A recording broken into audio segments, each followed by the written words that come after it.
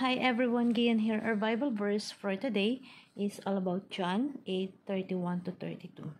So Jesus said to the Jews who had believed him, "If you abide in my word, you are the truly my disciples, and you will know the truth, and the truth will set you free."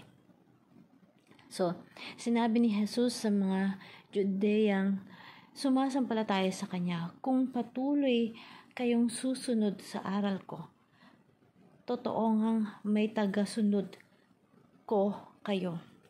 Malalaman ninyo ang katotohanan at ang katotohanan ang magpapalaya sa inyo." So, ano ibig sabihin na itong verse na to? At una sa lahat, ano ba ibig sabihin ng pananampalataya?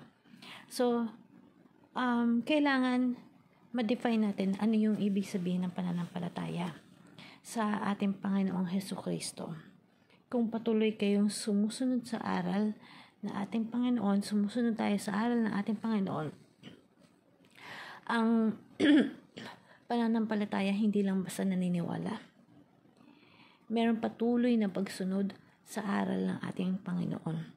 Kung nagpapatuloy tayo sa mga aral ng ating Panginoong Jesus, ay nagpapatuloy tayo sa mga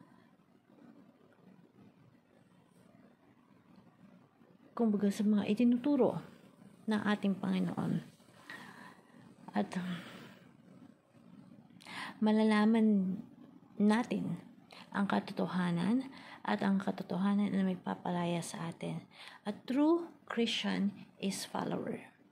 Alam niyo po na nung unang panahon sa Biblia, pag sinabi na Christian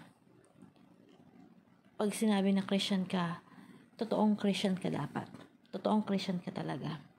Kasi parang nakikita ng mga tao sa paligid mo yung sarili mo, yung paraan ng pamumuhay mo. Kung katulad ba ng pamumuhay ng ating Panginoong Jesus? Noong unang panahon, they identified by other people if you are truly Christian. People of the way, looking for a follower for Jesus. Pero pag sinabi na, "Are you follower of Christ?" talagang mapapalunok ka muna. Isipin mong mabuti, are you the follower of Christ? Truth is a lived experience.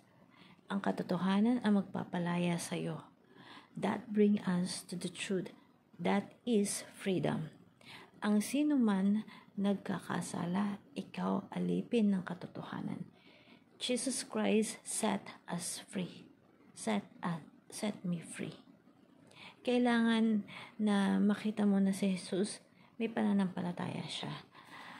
Ang tao, dapat doble pananampalataya natin. Magkakaroon tayo ng freedom na tinatawag. And be a follower po sa pamumuhay natin ng ang pagkakasala ng isang alipin ay katotohanan. Lagi po natin tatandaan yan. And na dapat kapag true follower ka ni Jesus Christ, kita sa pagde-decide mo, sa galaw mo, sa aura mo, sa lahat ng bagay na you are the follower of Christ. And hope this verse that I share to you, you learn a lot. Thank you and God bless.